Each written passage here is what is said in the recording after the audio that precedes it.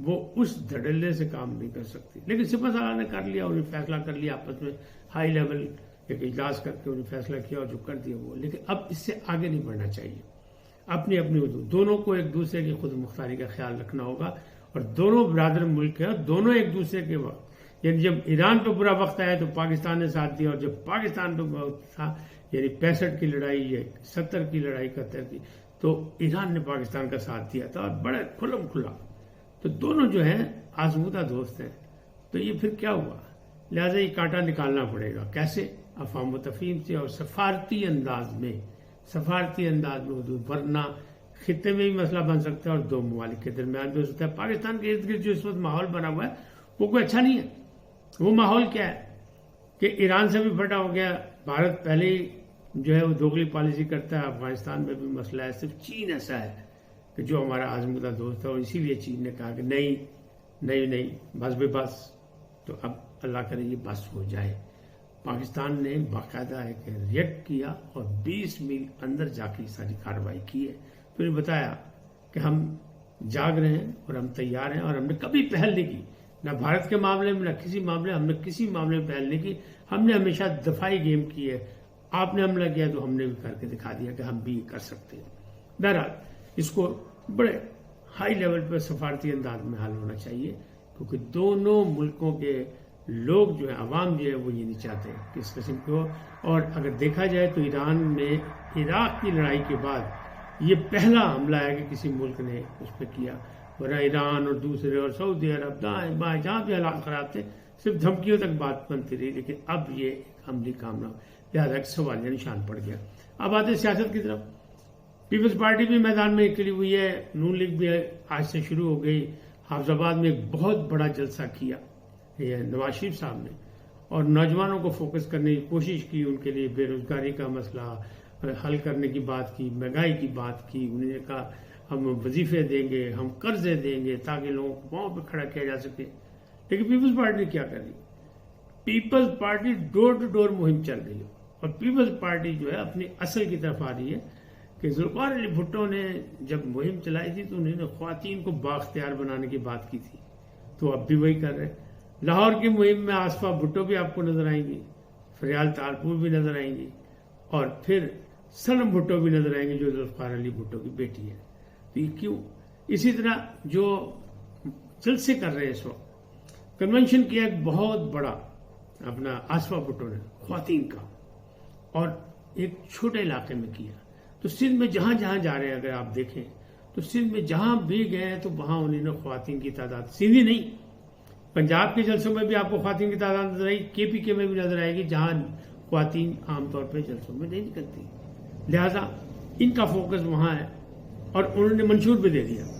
اب بلاول بھٹو کہہ رہے ہیں کہ جناب شیر چاہتا ہے کہ اسے شکار کوئی اور کر کے دے, تو ایسا نہیں ہوگا, شکار کر کے کھانا پڑے گا.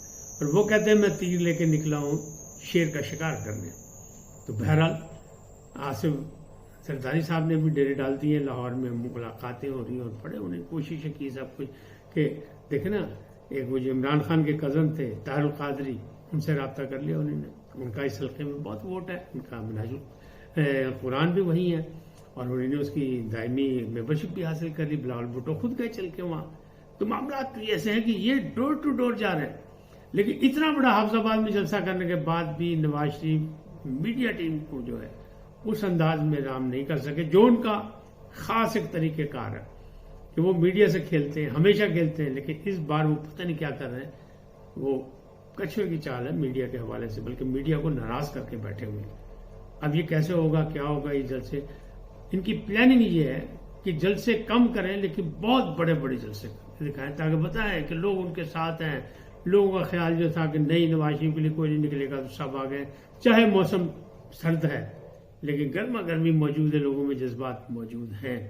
اب جو شیڈول جاری ہوا اس کے مطابق 10 جلسوں سے خطاب کریں گے نواز شریف, 9 جلسوں سے شہباز شریف اور مریم نواز خطاب کریں گی, باقی حمزہ شہباز کریں گے.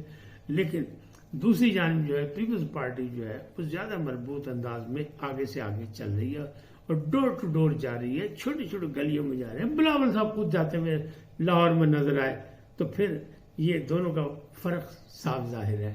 اور دوسرے ذرائع یہ کہہ رہے ہیں کہ ابھی مسلم لیگ نون کے اندر بھی بہت سے پارٹی معاملات ہیں، یعنی میاں صاحب جو ہیں شہباز شریف صاحب سابق وزیر اعظم، وہ بڑے میاں صاحب کو اپنی لینتھ پر، اپنی لائن اور لینتھ پر کھلانے کی کوشش کر رہے ہیں، جو کہ ایک مشکل ٹاسک ہے۔ اور نواز شریف صاحب کا ابھی تک نہیں سمجھ آیا کہ وہ قائد ہے، وہ کسی وقت بھی رسیت اڑا کے اپنے انداز میں آ سکتے ہیں، کیونکہ بھائی سیاست کرنی ہے، الیکشن کا معاملہ ہے اور گنے دنوں کو واپس لانا ہے، اور وہ کہتے ہیں ترقی اور خوشحالی کا نام ہی نواز شریف ہے، تو وہ اپنے انداز میں مہم، لیکن شہباز شریف اور یہ دونوں کے انداز جو ہے، انداز فکر مختلف ہیں۔ اور گزشتہ روز جو شہباز شریف لاہور میں پریس کانفرنس میں تو کہہ دیا کہ سادہ اکثریت سب کو لے کے ساتھ چلیں گے۔ اس کا مطلب وہی ہے جو ہم پہلے دن سے کہہ رہے ہیں کہ اتحادی حکومت بنے گی اور سب مل کے چلیں گے، اور یہی اس وقت کے موجودہ سیاسی عدم استحکام کا خاتمہ کرنے کے لیے بہترین فارمولہ ہے۔ معاشی عدم استحکام میں ٹھیک کرنا ہے، لیکن یہ جو سارے معاملات ہیں یہ شعر نکل تو آیا ہے، لیکن آگے کیا ہوگا کیا نہیں ہوگا یہ ہے۔ اب سنیں عمران خان صاحب کی بات۔ عمران خان کے آج 2-3 مقدمات تھے، مقدمات تو آپ میں اس لیے زیادہ ان کو نہیں چھیڑتا کہ عدالتی رپورٹر زیادہ اچھے انداز میں کر سکتے ہیں، لیکن لطیف کھوسا صاحب نے بڑی دھوئیں دار تقریریں کی اور بات کی، بلکہ انہوں نے جو نیب کے جج ہیں نا محمد بشیر، ان پر بھی اعتراض کر دیا کہ ان کی تعیناتی ہی غلط ہوئی ہے۔ لیکن وہ اتنے اچھے جج ہیں، ساتھ یہ بھی کہتے ہیں اتنے اچھے جج ہیں کہ انہی نے نواز شریف کے فیصلے کیے، انہی نے اپنا زاری صاحب کے فیصلے کیے، انہی نے گیلانی صاحب کے فیصلے کیے، انہی نے عمران خان کے بھی ہم فیصلے کر رہے ہیں۔ تو انہوں نے کہا سب کے یعنی چل مسلسل تواتر کے ساتھ کر رہے ہیں، اور انہوں نے کہا ان کی تعیناتی غلط ہوئی ہے، یعنی وفاقی حکومت ان کی اجازت ہی نہیں دی اور یہ تعینات ہو گئے۔ تو انہوں نے کہا آپ چھوڑیں اس بات کو، اس وقت تو فی الحال مقدمات کی بات کریں، لیکن توشہ خانہ بھی اور دوسرا بھی وہ جو تھا غیر شرعی نکاح والا مسئلہ، وہ سارے معاملات تھے۔ لیکن عمران خان نے پھر عدالت میں آتی سب سے پہلے یہ شور مچایا کہ جناب میرے بیٹوں سے میری بات نہیں کرائی جائے، تو ان کو وہ خبری دے دی۔ جج صاحب نے بڑی سختی کا آرڈر کیا کہ فوری طور پر اڈیالہ جیل کے جو سپرنٹینڈنٹ ان کو کہا کہ فوری طور پر ان کی بات کرو، اور وہ خوش ہوگا۔ پھر انہیں للکار دی، میڈیا سے گفتگو کرتے ہوئے کہا، انہوں نے کہا جناب 8 مئی کو سرپرائز دوں گا، اور اس کی تیاری یہ ہے کہ میرا حکومت سے مطالبہ ہے کہ نواز شریف کا نام جو ہے وہ ECL میں ڈال دیں، ورنہ یہ شکست کھا کے پھر بھاگ جائے گا لندن، لہذا اسے کنٹرول کرے۔ اب یہ ان کا دعویٰ ہے۔ ایک جانب ان کو نشانات نہیں مل رہے اور مشکل پیش آئی کہ کن کن نشانات پہ لڑنا ہے۔ پھر انہیں یہ نہیں پتہ لگ رہا ہے عمران خان صاحب کو جیل میں بیٹھے ہوئے کہ کون وفادار ہے اور کون بے وفا، یہ بھی مسئلے مسائل ہیں۔ ٹکٹیں واپس بھی کی گئی ہیں اور دائیں بائیں پارٹیاں بھی بدلی گئی ہیں، آزاد امیدواروں نے دائیں بائیں رابطے بھی کر لیے ہیں، تو مسائل ابھی بہت سے گڑبڑ ہیں، لیکن وقت کم ہے، مقابلہ سخت، الیکشن سخت پہ ہے۔ دیکھیں آنے والے دنوں میں بہت سی چیزیں جلد واضح ہو جائیں گی، اور الیکشن بہرحال الیکشن ہوگا، ان برے حالات میں بھی، چاہے مملکت کے حالات کچھ بھی ہوں۔ لیکن نگران وزیر اعظم پر بڑی اس وقت تنقید ہو رہی ہے کہ ان کا کام تھا الیکشن کرانا، اور وہ سیر سپاٹوں پہ لگے ہوئے، وہ برفیں دیکھنے سوئٹزرلینڈ گئے ہوئے، تو بہت ان کو تنقید کا نشانہ بنایا جا رہا ہے۔ بہرحال اس طرح تو ہوتا ہے اس طرح کے کاموں میں۔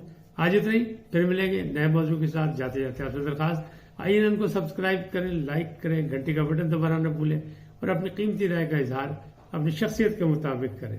سدا سلامت رہیں، اللہ نگہبان۔